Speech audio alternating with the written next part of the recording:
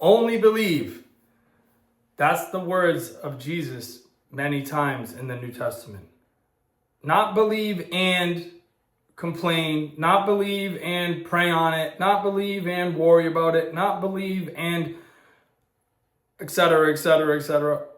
Only believe. I really feel as though the word only is being vastly undermined in this statement when most people are talking or about this or reading about this.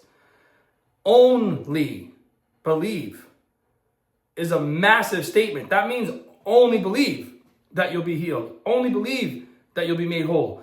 Not believe you'll be made whole and a bunch of other stuff, which is something that most of us unfortunately practice. Because then someone will ask, oh, how's that hip doing? Oh, I'm praying on it. Oh, I'm hoping. Oh, I'm wishing. No, only believe.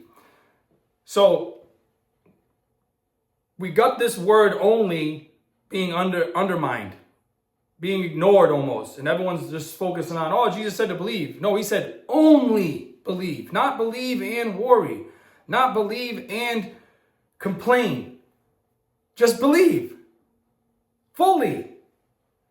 And why is this so emphasized, this only believe? Well, if you understand the teachings of Jesus fully and understand where he derived this understanding from, then you can fully understand it all the more. And where he derived this from, I believe, is Egyptian Hermeticism. And I'm not the only person that believes this. There's studies proving that he studied the teachings of Thoth and Egyptian Hermeticism. And I believe the reason that Jesus emphasized belief so strongly is because in Egyptian Hermeticism, the second principle is correspondence. And correspondence teaches as below, as above, so below, as within, so without. Sorry for my word faux pas there. And in and of correspondence, it is taught that everything starts with belief. Your beliefs turn into your emotions. This is in the spiritual realm. Okay? Your emotions are dictated by your beliefs. Now, we all understand that emotions are extremely powerful. And there's a lot of men out there that like to think they don't operate on emotion, but yeah, you do, because you do, period. You might not consider yourself as emotional as some other people, but you are. That's how our system works. So you can get over that false premise, okay? Our beliefs dictate our emotions. Our emotions dictate our thoughts. Our thoughts dictate our mental attitude about things, about the situations, okay? So here we are in the spiritual and in the mental. It doesn't turn physical until after thoughts dictate our mental attitude. And that mental attitude then dictates your actions. Now we're getting into the physical, okay? Your actions dictate your habits. Your habits dictate your circumstances. Your circumstances dictate your overall results. And those results reinforce your belief, causing the entire cycle to repeat itself. You see how important belief is? What you believe, you will achieve. Period. We've all heard this statement a little differently. Oh, if you believe it, you can achieve it. If you believe it, you can achieve it. Big X right there. That's not how it works. It's not if you believe that you can achieve. I'm here to tell you, if you believe something, you will achieve it. You are achieving it right now. If you believe in lack, you're achieving lack. If you believe in abundance, you're getting abundance. Because it all starts with belief. Okay? The belief system channels itself from belief all the way through to the physical. This is why when you only believe and don't doubt, and don't worry, and don't fret, and don't fear. Another one that was massively mentioned in the Bible. Fear not, all the time. Why? Because fear is sin. Fear equates to worry and complaining and wondering and not being certain of our divine creator, which, believe me, is not being talked about enough. This is a massive sin. This is the equivalent of your child walking around in your home at night, fretting and crying and struggling and worrying and trying to figure out when they're going to eat dinner or how they're going to get dinner. At 4 or 5 years old, any parent in their right mind would be like, hey, what are you doing, buddy? What are you doing, sweetie? Don't worry, mommy got dinner, daddy got dinner. You don't have to worry about that. And this is how God feels when we're worrying. But guess what? If that child keeps doing that to you over and over, eventually you're going to start to get irritated and say, hey, look, I already told you I got it.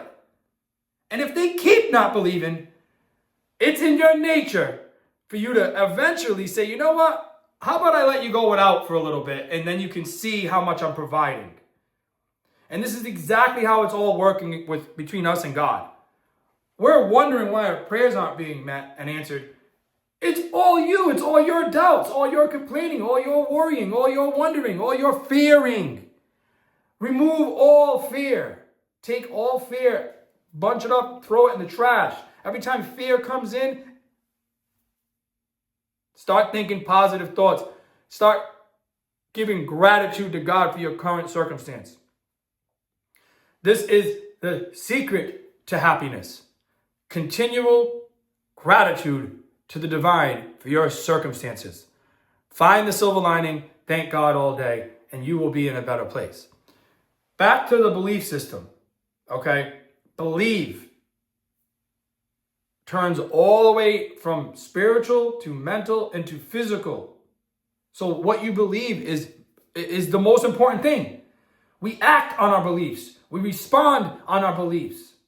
Now, if you're acting and responding on wrong beliefs, and the way to tell if they're wrong or right is you need to examine your belief system about things. There's many things in life. There's relationships, there's jobs, there's your car, there's your house, there's bills, there's all kinds of stuff going on, right? Situations, events you're going to go to, all these things. And every single one of them, examine your beliefs about the situation and make certain that your belief is in line with the beliefs of the divine creator, that they are loving, that they are righteous, that they are just, that they are wise, that they are holy. And then you can confidently hold on to that belief and know you're doing what's right. And that belief will, again, dictate from belief to emotion all the way down and create a better life for you. And I know for a fact that it can heal things. I've had aches and pain. I've had a pain come in my back. I've had multiple situations like this. A sickness starting, a pain coming from something. You just ignore it and start thanking God for all the good and just forget about it and believe that it's not going to be an issue. Believe that's nothing. My body's going to heal that. And I'm better like this. I'm better like this. Fast, real fast. And I'm not special. I'm not special. I just been digging and practicing for a long time. And God has blessed me with wisdom, knowledge, and understanding through all this digging. As it says in the word, seek and you shall find. I've been seeking and finding. And here I am to teach and explain these things a little better to some people who have a hard time understanding them. And I do this fully out of love because there was a time that I didn't understand it, and there was videos and books that I turned to. Okay? And speaking of books, read the Bible, but don't be limited to just the Bible. I was caught in that place years ago. Don't do that. There's so much wisdom and knowledge out there. It is a shame to ignore it all. Piles of it. Piles of it. To cap here, now, we talked about the belief in making sure it's aligned with God. Now, what if it's not? If it already is, great, you're good to go. What if it's not? How do you change your beliefs? Because They're so important, right? This is the end all be all to everything. Your marriage, your situation with your health, your finances, everything. It all starts with belief. You ever hear the expression, money goes to money? Yeah, that's because those people that have money are not worried about it. They know it's all set. They know they're okay. They know money comes to them, and therefore it does. And the person who's broke and struggling and scraping, always wondering and worrying and having all these fears and doubts, guess what they get? More lack. Because it's what they believe in. How do we change our belief system? Meditation. Rewrite your DNA through meditation. Understand that you are separate from this mind and this body. You are the soul. You are the spirit. You are the operator of this body and mind. And you go into a deep meditation with a deep connection with the divine. And you rewrite your DNA. You tell your body and your mind what to do, what to eat, how to spend its money, how to save it, how to talk to people. You tell this mind and body what to do, and you operate it, and you begin to take control instead of letting sensations and emotions and temptations run you. You run this body. Take control of it. Rewrite the belief system into all beliefs are righteous and loving and of God and holy. And your life will fall together effortlessly. Everything will be smooth. And I'm not saying that you're just going to instantly be a millionaire, because guess what? Money isn't everything. Money should be one of the, I'm going to be honest with you, money is one of the last things on my priority list. Here's my list of priorities, and I hope this benefits you. Because once I shifted to this list of priorities in this order, everything began to change and everything began to get a lot better. And my life became a lot better and happier and fulfilled and better relationships, everything better, money, everything. Okay? God first, your spirit second, your mental third, your physical fourth. Okay? That might sound selfish, but if you ain't right, no one's right. Nothing's right. You are here to work on your soul, not everybody else's. We need to help people, but number one priority is you. Like they say in an emergency situation on an airplane, who do you put the mask on first? Yourself. Because if you're not all set, how are you going to help anyone? And if you don't put the mask on first and you run around trying to help people and you fall down, you just become a burden. Yourself first. God, your soul, your mind, your body, then your kids and wife. Yes, then kids and wife. Okay? And from there, family and friends. And then, after all those things that actually matter, money. And by doing this, you will have a happy, fulfilled, peaceful, amazing life, which is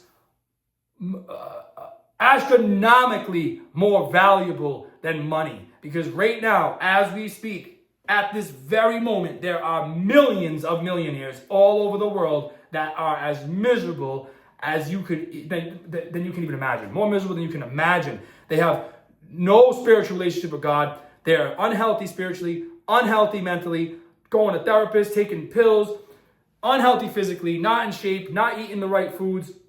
And this is a massive misconception of, I'm just going to take a little detour into this about being in shape or not in shape. Man, listen, if you're not eating natural foods, you're not in good shape. Period.